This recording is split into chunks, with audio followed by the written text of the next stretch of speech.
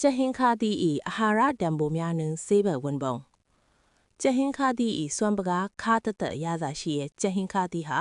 အပူပိုင်းဆိုးဆွတ်တဲ့ရာသီမှာပေါက်လိရှိပြီးအဓိကအောက်ထင်အာရှတိုင်းပြည်တွေနဲ့တောင်အမေရိကတွေမှာတွေ့ရပါတယ်။အရသာကခါတက်တယ်ဆိုပေမဲ့ကျဟင်းခါတီမှာကျန်းမာရေးအကျိုးကျေးဇူးများစွာရှိပါတယ်။အာဟာရတန်ဖိုး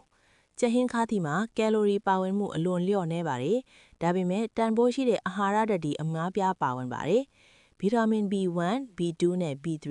ဗီတာမင် C, မက်ဂနီဆီယမ်, folic acid, zinc, သွပ်, phosphorus, manganese နဲ့အမြင့်ဓာတ်တို့ကောင်းစွာပါဝင်နေပါတယ်။တန်ဓာတ်ပါဝင်မှုများပြီးဘီတာကယ်ရိုတင်းပါဝင်မှုဟာပန်းကော်ဖိုစီဘက်နှစကယ်လ်ဆီယမ်ပါဝင်မှုကဟင်းနုနယ်ရွက်ထက်နှစပိုတက်ဆီယမ်ပါဝင်မှုကငှက်ပြားသီးတဲ့နှစအသီးသီးပါဝင်နေပါတယ်။ကျဟင်းခါတီမှာသွေးတွင်းတကြားဓာတ်ကိုကျစေတဲ့အာနိသင်ရှိသလိုpolypeptide P လို့ခေါ်တဲ့ insulin လိုဓာတ်ပေါင်းတစ်မျိုးလေးပါဝင်တာကြောင့်စီးကျိုယောဂရှိသူတချို့အတွက်ကောင်းကျိုးရှိကြောင်းလေ့လာသူတွေကဆိုပါတယ်။ကျန်းမာရေးအကျိုးကျေးဇူးများနံပါတ်1သွေးပြဿနာများကျဟင်းခါတီအရေးဟာသွေးစိတ်တင်လာကြောင်းဖြစ်တဲ့အနာနဲ့ရာရံမှုတွေကိုကုသရမှာအလွန်အကျိုးကျေးဇူးများပါတယ်။လက်ဆက်တဲ့ကျဟင်းခါတီအရေးကိုတမရာရည်နဲ့ယောဂအစာမရှိချိန်ဖြည်းဖြည်းချင်းငုံပြီးနေ့စဉ်တောက်ပေးရင်၄ကနေ6လအကြာမှာတည်တာတဲ့ဒိုးတက်မှုကိုတွေ့ရပါတယ်။နံပါတ်2ကာလဝမ်းယောဂကာလဝမ်းယောဂအစောပိုင်းအဆင့်မှာကြိတ်ချေထားတဲ့ကျဟင်းခါရွက်လက်ဖက်ရည်စွန်းနှစ်စွန်းနဲ့ကျက်သွန်ရည်အရေးလက်ဖက်ရည်စွန်းနှစ်စွန်းတို့ကိုစတူရောပြီးနေ့စဉ်တောက်ပေးပါ။နံပါတ်3စီးကျူယောဂကျဟင်းခါတီမှာပါတဲ့အပင်ထွက်အင်ဆူလင်ဟာစီးနဲ့သွေးတွေကတကြားဓာတ်ကိုလျော့ကျစေတဲ့အကျိုးကျေးဇူးရှိပါတယ်။ကျဟင်းခါတီဟာသွေးတွင်းအင်ဆူလင်အဆင့်ကိုတိုးစေတာမျိုးမရှိဘဲဂလူကိုခံနိုင်ရရှိမှုကိုတိတိတသားကောင်းမွန်စေတာဖြစ်ပါတယ်။နံပါတ်5စွမ်းအင်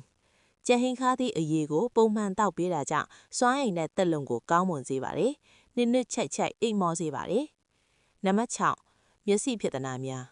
ကျဟင်းခါတီမှာဘီတာကယ်ရိုတင်းနဲ့တခြားအာနိသင်ပါဝင်မှုမြင့်မားတာကြောင့်မျက်စိပြဿနာတွေကိုကင်းဝေးစေပြီးအမြင်အာရုံကိုတိုးချက်ကောင်းမွန်စေပါတယ်။နံပါတ်9အယက်နာခြင်းဝေဒနာ